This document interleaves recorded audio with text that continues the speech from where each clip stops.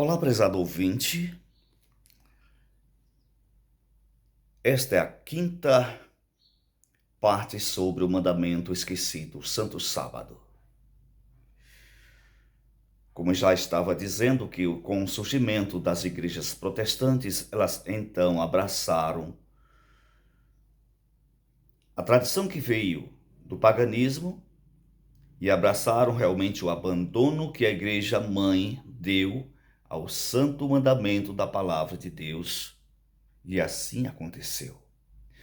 Porque o antigo profeta Daniel já havia dito que a verdade seria lançada por terra e o que fez prosperou. Um conjunto de verdades foram lançadas por terra e entre esses conjuntos de verdade está o Santo Sábado. O único mandamento entre os 10 que menciona Deus como o Criador dos céus e da terra e do mar e das fontes das águas vivas. Porque Deus então colocou este mandamento entre os 10 para poder realmente fazer com que a humanidade pudesse reconhecer como Ele é o Criador de todas as coisas, e é justamente este mandamento que o homem esqueceu e lançou-se por terra. E é isso que o inimigo queria, e é isso que o inimigo quer. Fazer com que a humanidade esqueça que Deus é o Criador e originador de todas as coisas. E o que o inimigo fez? Ele colocou na mente do ser humano que o dia que deveria ser observado seria o primeiro dia da semana, em homenagem ao Deus Sol, o domingo. E assim aconteceu. A verdade foi lançada por terra. E o que fez prosperou, como diz o antigo profeta no livro de Daniel, capítulo 8, versículo 12. A lei de Deus foi mudada, conforme Daniel capítulo 7, versículo 25, e assim aconteceu.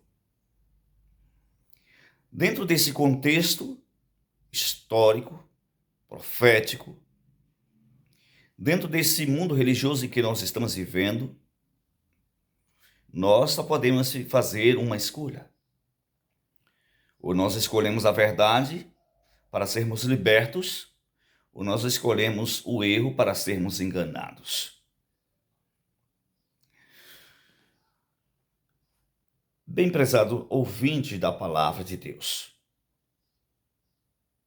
O livro do profeta Ezequiel, no capítulo 22 e o versículo 26, lá tem um texto muito forte para falar para mim e você a respeito deste assunto aqui. O profeta Ezequiel, inspirado por Deus, ele havia dito no capítulo 22 e versículo 26 que os sacerdotes, ou seja, os líderes religiosos, não fazem diferença entre o que é santo e o que é profano, entre o que é imundo e o que é limpo. E dos seus sábados eles escondem os seus olhos para que não vejam, e assim a Bíblia diz que Deus está sendo profanado no meio do seu povo. Profanado no meio do seu povo. Por quê? Escondem uma verdade que estava sendo realmente escrita, inspirada pelo Espírito Santo, através dos apóstolos e dos profetas. E o homem escolheu seguir as tradições dos homens, os mandamentos dos homens. A Bíblia nos fala que os 10 mandamentos da palavra de Deus são transcritos do seu caráter. Romanos 7,12 diz assim: por conseguinte, a lei é santa, o mandamento é santo, justo e bom. Há textos na Bíblia que os profetas dizem que Deus é santo, justo e bom. Existem textos na Bíblia que a palavra de Deus diz assim, por exemplo, lá no livro de Salmos, no capítulo 119 e o versículo 142, a tua justiça é uma justiça eterna e a tua lei é a própria verdade. Se você for ver Jeremias capítulo 10, versículo 10, o profeta diz que verdadeiramente Deus é verdade. O Salmo 119, versículo 142, nos diz que a lei de Deus é a própria verdade. Se Deus é verdade, a lei de Deus é verdade. Ok? No livro de Salmos, no capítulo 119, versículo 151, a Bíblia fala: a tua justiça é uma justiça eterna e a tua lei é a própria verdade. No 171, o profeta diz: celebre a minha língua os teus mandamentos, porque todos são verdades. Que mandamentos são esses que são verdades, que são justiça? Justamente os 10 mandamentos, que é um transcrito do caráter de Deus que não pode ser mudado. A lei de Deus, por ser uma justiça eterna, uma verdade eterna, que não poderia ser mudada, por esse motivo, Jesus Cristo veio morrer no meu lugar e no teu lugar, porque Deus não poderia mudar a sua lei. Entende, prezado amigo? Ainda tem mais. A Bíblia diz que Deus é eterno e a sua lei é eterna. A Bíblia diz que Deus, ele é perfeito e a sua lei é perfeita. A Bíblia diz que Deus, ele é justiça e a sua lei é justiça. E assim vai. Isso é um transcrito do caráter de Deus, a lei de Deus. Entende? Então a lei de Deus foi escrita pelo próprio dedo de Deus, amigo. Os 10 mandamentos.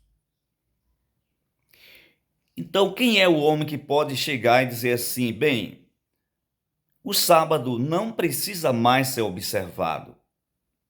Porque você pode ler em toda a Escritura e não existe um mandamento, uma ordem bíblica dizendo que o sábado não é para ser mais guardado.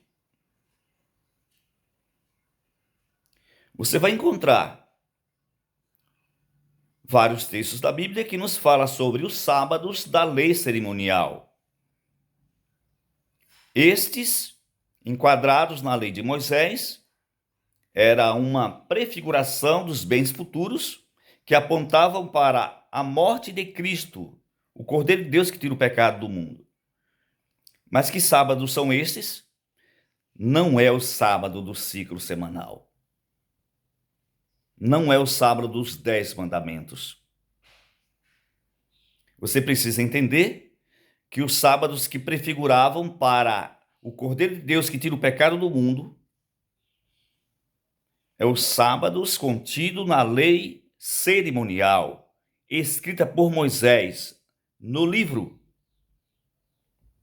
Esses sábados são chamados de as 7 festas, ou seja, os 7 sábados da lei cerimonial que prefiguravam a morte de Cristo um dia na cruz do Calvário.